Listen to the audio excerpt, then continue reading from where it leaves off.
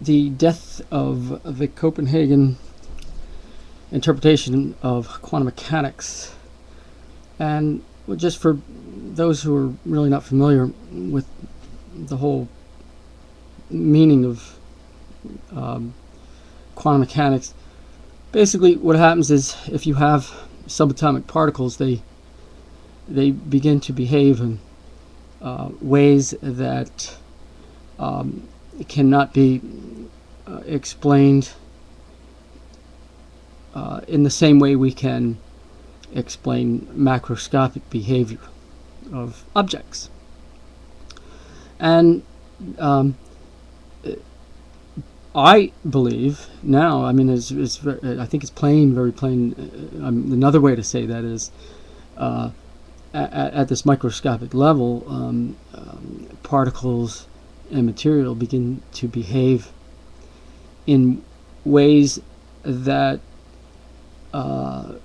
would infer extra dimensions. Okay, so that on that scale, you're going to have a dimensional matrix between 4 and n dimensions, and so the particle, whatever the phenomena, is going to display characteristics that just simply cannot be accounted for with only 4 dimensions. Now that, of course, is not what the Copenhagen proponents were saying. Now this was early in the history of modern physics, and they were still, I think, suffering from a lot of the philosophical shortcomings left over by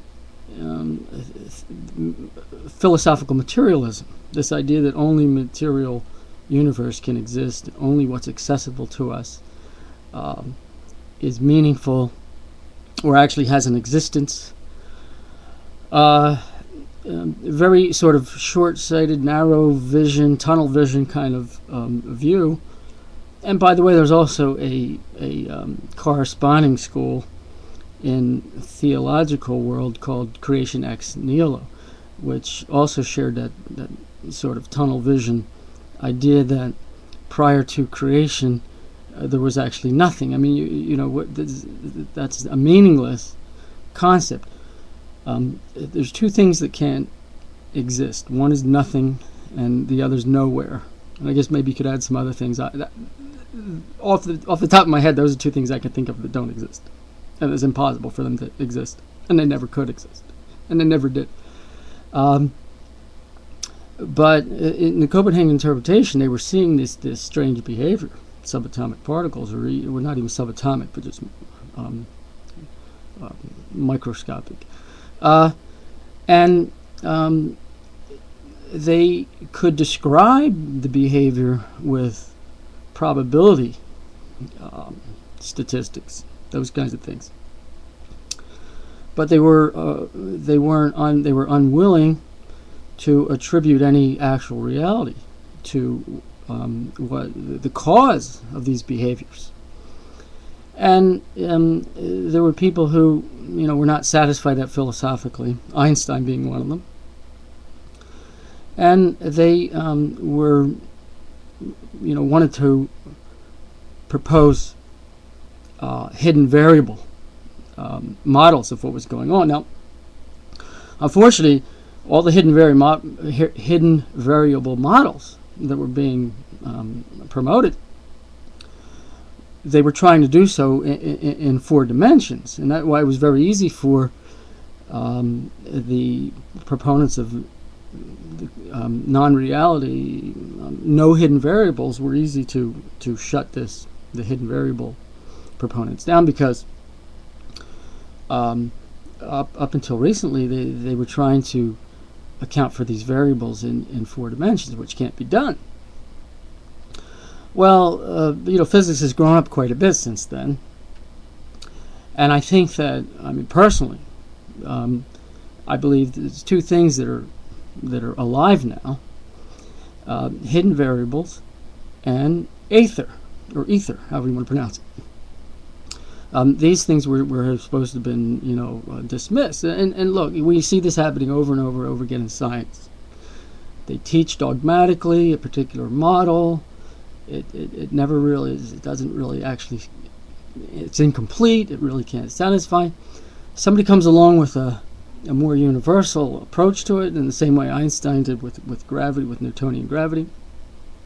And he had a much more universal concept of how to configure modeling gravity.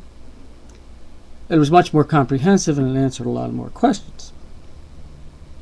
And this is what's happening now, I believe, in the area of quantum mechanics and hidden variables and so forth, is that now we're being forced to look for a broader model, a more holistic way of describing the behavior of the subatomic particles and so forth. Now, you're probably familiar with the double slit experiment and the idea that a single photon will interfere with itself.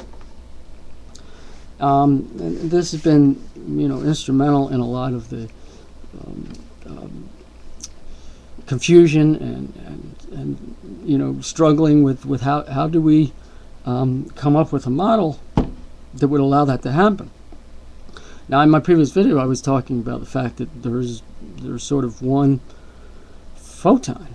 It's a one photon field. Now, it's not waving in all locations. The wave is confined to the photon. Okay. Now, there's this guy wrote a pretty interesting book here, David Deutsch, called The Fabric of Reality. But he's an old school. He's not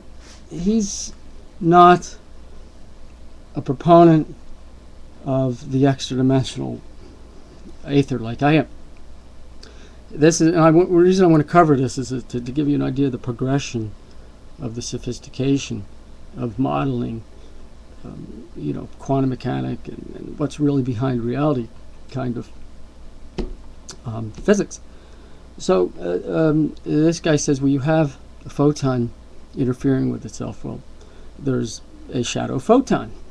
Okay, so he's got this idea of shadow photon, and we know that these there's a broad area that a photon will do, manifest this self-interference. So he said, well, there must be an infinite amount for each photon. There's another photon. But you see how this falls short of the idea that there's just like a photon C. It is one photon, and it's interfering with itself because at that scale you have extra dimensions. And extra dimensions can account for things like non-locality, perhaps even what they call non-causality. That's a whole different thing. But you see, David Deutsch's idea of this multiverse, he calls it, multiple universe. And what he's proposing is that for each photon, there's a shadow photon. For each observer, there's a shadow observer. And he goes on and on like that. Well, the problem there is you cannot have a multiverse in 4 dimensions. He never comes out of 4 dimensions in his modeling.